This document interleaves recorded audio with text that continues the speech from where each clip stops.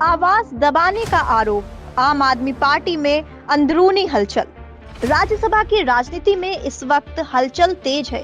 आम आदमी पार्टी के सबसे मुखर और तेज तर्रार चेहरों में से एक राघव चड्ढा का बयान सियासी पारा चढ़ा रहा है। खामोश करवाया गया हूँ, हारा नहीं हूँ। वो नेता जो अपनी साफ सुथरी भाषा, तेज तर्क और आक्रामक लेकिन संयमित अंदाज के लिए जाने जाते हैं, राज्यसभा में कई बार जनता से जुड़े मुद्दों को मजबूती से उठाते रहे। सरकार पर सीधे सवाल करके उनका अंदाज अलग पहचान देता रहा। लेकिन अब वही नेता पार्टी के एक बड़े फैसले के बाद चर्चा के केंद्र में है। आम आदमी पार्टी ने उन्हें राज्यसभा के उपनेता पद से हटाकर उद्योगपति से सांसद बने अशोक मित्तल को ये जिम्मेदारी दे दी। अब सवाल सिर्फ एक पद का नहीं, सवाल उस आवाज का है जो संसद में अक्सर मुखर रही।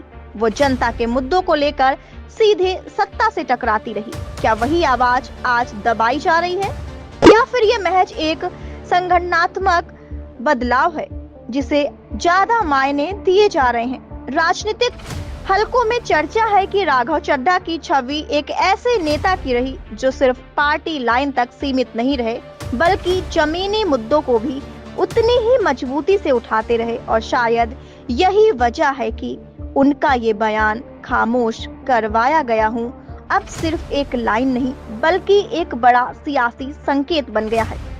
विशेषज्ञ मानते हैं कि पार्टी इस वक्त रणनीतिक बदलाव के दौर से गुजर रही है। नए चेहरों को आगे लाने की कोशिश है या फिर अंदरूनी संतुलन साधने का कवायद। लेकिन सबसे बड़ा बदलाव और सबसे बड़ा सवाल अभी भी वही है, अगर सब कुछ सामान्य है तो फिर इतनी मुखर आवाज को पीछे क्यों किया गया? क्या ये एक नेता की व्यक्तिगत पीड़ा है या फिर पार्टी के भीतर बदलते समीकरणों की झलक?